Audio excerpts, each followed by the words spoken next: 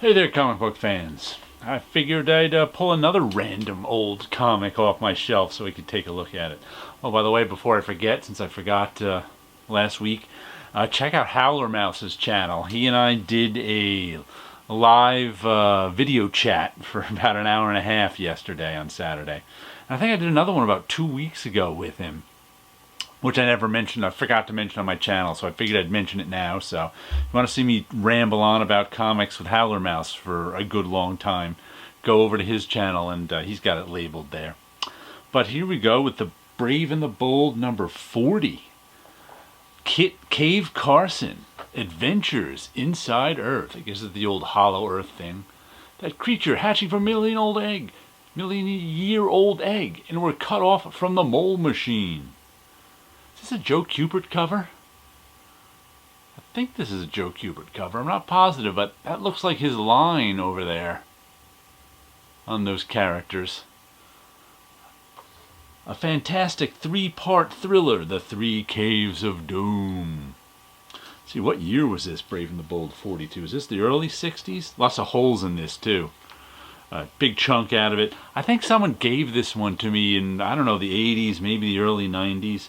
National Public, a letter from National, our Giant Angels. Oh, I guess this is yeah, it went up to 12 cents. This is them apologizing for it going from 10 to 12 cents. I forgot that ever. Is it 62 this is from?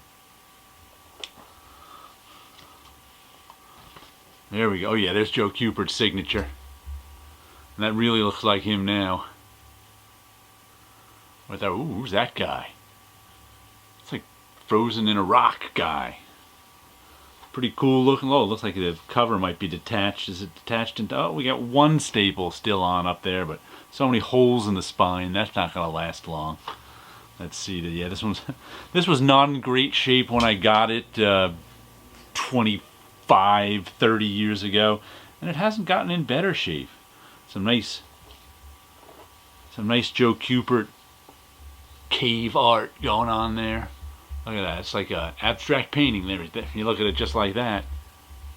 Some nice figure and face work. Yeah, he just could draw. Solid artist. All his everything he did had a pretty solid foundation. Well, I like this old man over here. I don't even know who Cave Carson is, but I can tell it's one of those, what did I read? Edgar Rice Burroughs, Pellucidar, Tanar Pellucidar, one of those, there's a whole other Earth on the inside of the Earth stories. So I assume that's what's going on with Cave. Ooh, look at that panel. That's really nice. Our three small figures there, almost silhouetted in that bright yellow. Nice sculpture in the foreground, all these knickknacks and things. Oh, I like that woman in the striped shirt, too. Oh, and that face she's touching that mask. Oh, look at this guy down here. I'm just sitting here looking at the Joe Kubert art. Really nice slouch going on. He could do everything. Action, posture. He could do machines. He could do fantastic landscapes. Look at that crazy landscape. What kind of plant is that green one? Nice little car over here. Probably that car was a lot brighter on the when the paper was new. Crazy monster. Well, the little growing sequence, too, as he gets bigger. Oh, I like that arm coming up out of the egg. That's a good out-of-context panel. Just that arm coming out of the egg. Your passport to amazing adventures. Let's check out the ad. House of Mystery, My Greatest Adventure, and Tales of the Unexpected. Let's just shoot them with our guns. Wonder if they do any good against that giant monster dinosaur hide. I don't know, but they're still shooting at him.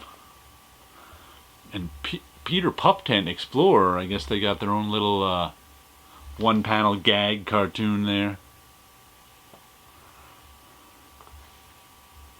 That one just reminded me of what is it, Rick Veitch, or maybe Steve Bissette. I guess they were very influenced by Joe Kubert. I think they went to the Kubert school, the two of them. I don't remember.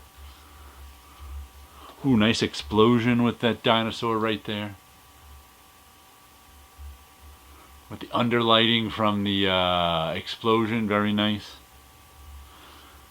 Good profile on those two.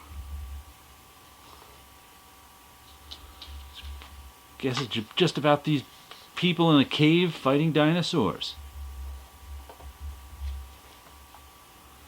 That guy looks like the Watcher. Ooh, nice dinosaur going over the falls.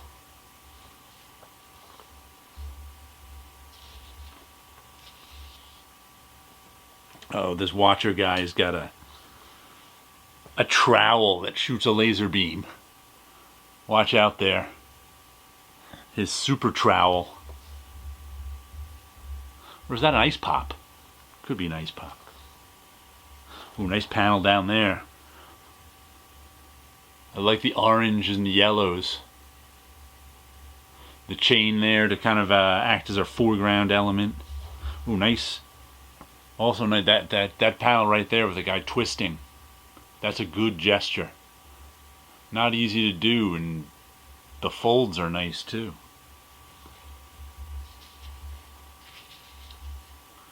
The very best of DC Comics. What do we got down here? We got some Black Hawk.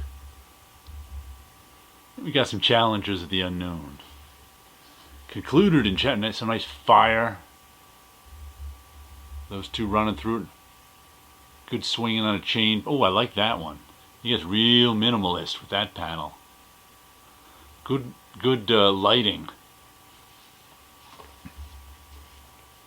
Now we get some of this figure work. Ooh, that's a Kirby-esque monster right there. With no mouth.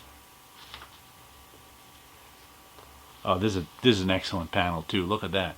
Those two figures coming off the side. That nice car. All the fire around them. Crash over there. Nice panel. Ooh, take a look at that face. Good stuff. Along with this figure right here running, crouching.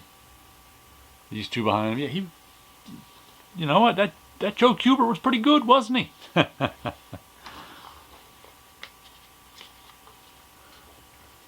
Oh, take a look at the textures and those monsters. Once again, reminding me of Veitch and Bissette's Swamp Thing. Giant worm around that woman. Once again, great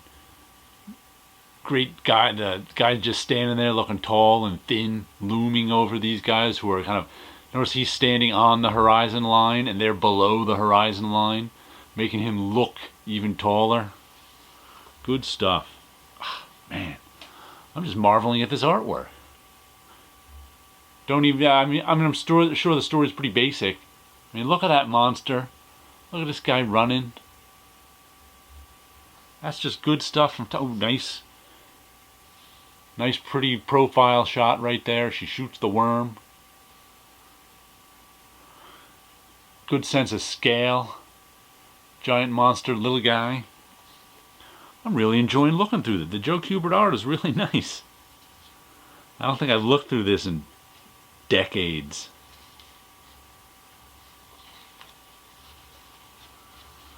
Another nice motion panel as that guy comes crashing down.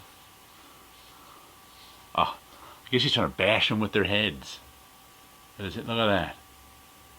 Nice, once again, a nice gesture of that. I mean, you don't doubt for a minute that guy's bending over and has all his weight on his front leg. You just don't, you don't question it for a moment. That's how well it's done. No, oh, nice little running away. Guys running away shots are not easy. Joe Kubert pulls them off like he'd been doing it for a long time. And even by 1962, he had been doing it for a long time. Let's see, how does this end up? Ends up with another half-page ad and a. Ooh, is this the Oh, that's the mailing statement. Let's see how many copies this sold. The name and address of the publisher.